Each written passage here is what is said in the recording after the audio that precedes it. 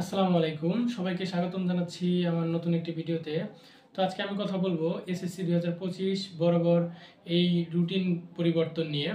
তো কেন এই রুটিন বারবার পরিবর্তন করা হচ্ছে এবং এর শেষ পরিণতিটা কি হতে পারে।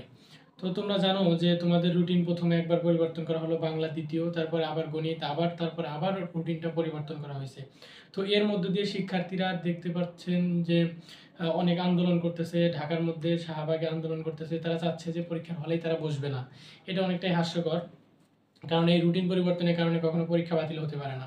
বিশেষ কোনো কারণে দেশের মধ্যে যদি বিশেষ কোনো কারণ ঘটে যায়, যেমন মহামারী যদি হয়ে থাকে, অথবা যদি জুলাই বিপ্লবের মতো আন্দোলন হয়ে থাকে, যে মুহূর্তে বাইরে যাওয়াটাই নিষিদ্ধ, ওই সময় হয়তো পরীক্ষাটা বাতিল হতে পারে।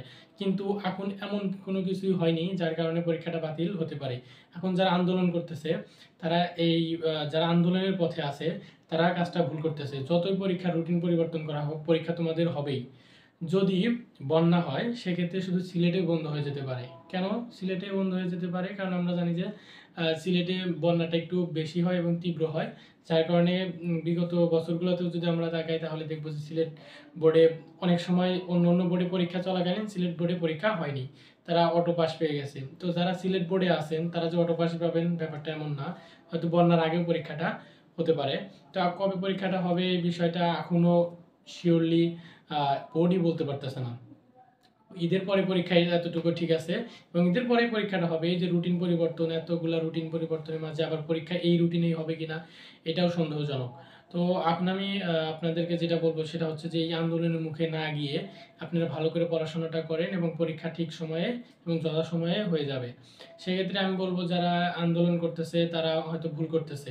কেন ভুল করতেছে? তারা এই মুহূর্তে পড়ার টেবিলে না গিয়ে আন্দোলন করাটা অযৌক্তিক, এটা যৌক্তিক মোটেও না। যার কারণে আমি বলবো যে পড়ার টেবিলে বসতে হবে এবং আন্দোলনকে বাদ দিতে হবে। অনেক আন্দোলন হয়েছে, আন্দোলন করে কোনো লাভই হবে না।